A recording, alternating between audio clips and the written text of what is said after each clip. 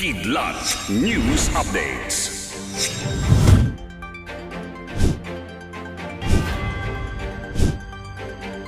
Ako po si Cesar Soriano, kasama ang buong puwersa ng Kidlat News Channel para ihatid ang nangungunang mga balita sa buong kapuluan. Ngayon, dead on the spot ang isang dating alkalde ng bayan ng Katiil, Davao Oriental matapos itong pagbabarilin ng hindi pa natutukoy ng mga suspect kaninang umaga sa Kilometer 5 Bohangin, Davao City. Kinilala ang biktima na si Giselo Castillones habang sugatan naman ang dalawa pa nitong kasamahan na sina Alma Luzentes at Juni Castro. Sa inisyal na investigasyon ng mga otoridad, bandang alas 10 nitong umaga November 22 nang lumabas sa isang fast food chain ang mga biktima at saka sumakay sa kanilang sasakyan nang biglang lumapit ang mga suspect at saka pinagbabaril ng 4 na beses si Castillones. Wala namang alam na dahilan ng pamilya ng biktima sa motibo ng pamamaril kay Castillones. Batay sa website ng munisipalidad ng Katiil, nagsilbi ang biktima bilang alkalde ng lugar mula 1983 hanggang 1986.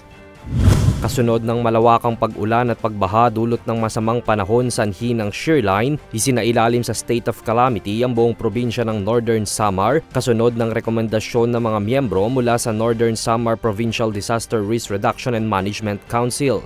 Bunsod ito ng pagkakabaha ng 18 bayan sa Northern Samar dulot ng walang patid na buhos ng ulan kung saan nakasaad sa ibinabang resolusyon ngayong araw nasa 70% ng populasyon ng probinsya o 74,500 families mula sa 24 towns ang apektado ng kalamidad. Bukod sa Northern Samar, nagdeklara na rin ng state of calamity sa mga bayan ng Hipapad at Arteche sa Eastern Samar dahil pa rin sa malawakang pagbaha. Ito ang ika-4 na beses na binaha ang munisipalidad ng Hipapad ngayong taon.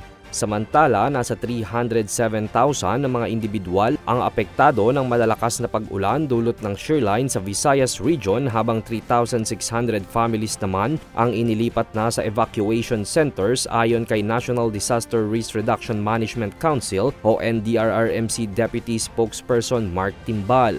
Ibinahagi rin niya na ang Eastern Visayas ang may pinakamalaking apektadong populasyon na nasa 133,000 individuals sanhi ng pagbaha at landslide dulot ng walang humpay na pag-ulan. Dagdag pa niya dahil sa epekto ng Shearline ay 21 roads na ang hindi madaanan, 2 tulay na rin ang nasira at naputol naman ang telecommunication signal sa ilang parte ng nasabing rehiyon. Kaugnay nito, nagpaalala ang NDRRMC sa publiko na sumunod sa babala at tawag ng paglikas mula sa kanilang lokal na pamahalaan. Samantala, nakapaglabas na ang Department of Social Welfare and Development o DSWD ng 3.5 million pesos na humanitarian aid para sa mga naapektuhan ng walang tigil na buhos ng ulan.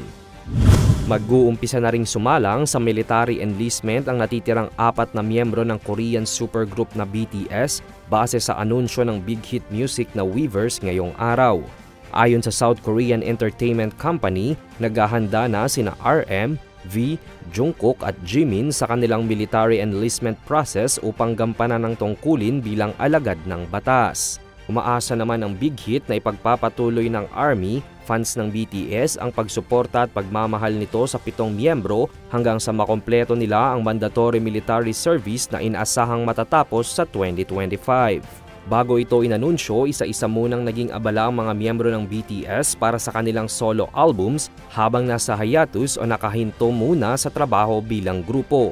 Matatandaang noong December 2022 nang umpisahan ni Jin ang kanyang military service habang si J-Hope naman ay noong April 2023. Samantala, noong September 2022 nang magsimula si Suga para sa kanyang 18-month military service bilang isang social service agent, kapalit ng military service bunsod ng shoulder surgery sa South Korea required sa mga kalalakihan kapag tumungtong na sa edad na 28 ay sumasailalim sa military service sa loob ng 21 buwan. Para sa Kidlat News Updates, ito si Jai Reyes, nag-uulat. At inyo pong natunghayan ang mga headlines sa nakalipas na oras. Manatiling nakatutok para sa mga susunod na updates at breaking news.